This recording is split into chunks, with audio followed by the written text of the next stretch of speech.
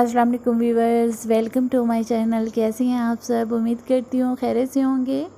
तो आज की मेरी वीडियो है सूथिंग लोशन पे। जिन लोगों को नहीं पता कि ये कैसे यूज़ किया जाता है, किस लिए यूज़ किया जाता है, तो मैं आज आपको अपनी फुल ट्यूटोरियल में बताने वाली हूँ कि ये कैसे यूज़ किया जाता है सूथिंग लोशन।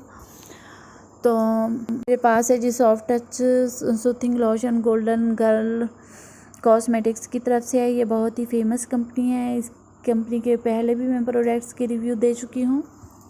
ये बहुत ही फेमस कंपनी है और जो इसकी प्रोडक्ट्स हैं वो आपको इजीली लोकल मार्केट से कम प्राइस में मिल सकती हैं जी। ये सूथिंग लोशन का जार है और इसमें जी शामिल है टी ट्री ऑयल। और आपको पता है कि ये हमारी स्किन के लिए कितना ज़रूरी है टी ट्री ऑयल। और ये एक्ने के लिए तो बहुत ही बेस्ट है। ये एंटी फंगल है, ये एंटी बैक्टीरियल है। ये हम ब्लीच में भी यूज़ करते हैं, फेशियल में भी यूज़ करते हैं और स्किन पॉलिश में भी यूज़ करते हैं। क्योंकि ये लोकल ब्रांड की जो लोकल मार्केट में जो आपको मिल जाती हैं ब्लीचेस वगैरह, जैसे कि पार्ले होगी, पीच ब्लीच होगी, इस टाइप की और भी हैं। तो जब हम इनको यूज़ करते हैं तो हमारे फेस पे रेडनेस हो जाती है, धब्बे अपीयर होते हैं या फिर खारिश शुरू हो जाती है। तो हम इस सूथिंग लोशन की मदद से इन सब प्रॉब्लम्स को सॉल्व करते हैं। हम आफ्टर ब्लीचिंग भी इसे यूज़ कर सकते हैं या फिर जब हम पेस्ट बना रहे होते हैं तो हमें इसकी थोड़ी सी क्वांटिटी इसमें मिक्स कर लेनी चाहिए, जिससे हमारे फेस पे ये वाली प्रॉब्लम्स अपीयर नहीं होंगी। इसी तरह हम स्किन पॉलिश में भी इसे यूज़ करते हैं और फेशियल में तो आपको पता है कि ये मस्ट होता है, लाजमी नहीं है कि यही चार होना चाहिए। ये बहुत सी कंपनी के होते हैं, जो आपको बेस्ट लगे आप उसी का बाय कर सकते हैं। तो मेरे पास सॉफ्ट टच वालों तकरीबन मैं इन्हीं की प्रोडक्ट्स यूज़ करती हूँ। तो मेरे पास सॉफ्ट टच वालों का सूथिंग लोशन है। इसके बाद ये हमारी वैक्सिंग में भी काम आता है।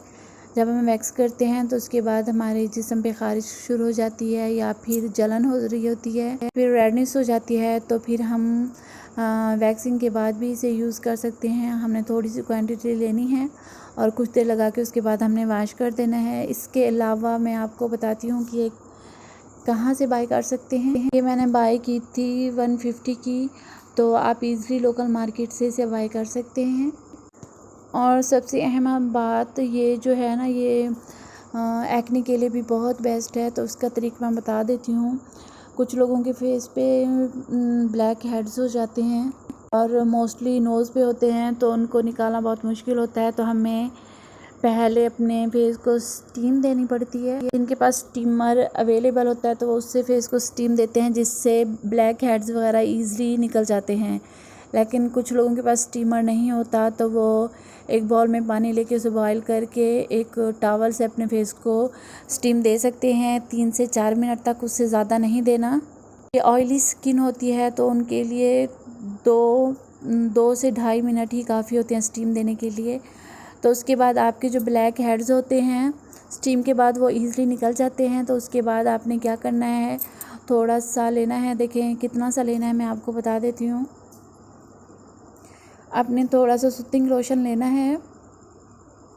ये तो निकल ही नहीं रहा, ये थोड़ा थिक होता है, बहुत मुश्किल से निकलता है जी। बिल्कुल आपने इतनी सी क्वांटिटी लेनी है और पूरे फेस पे लेप कर देना है इसका।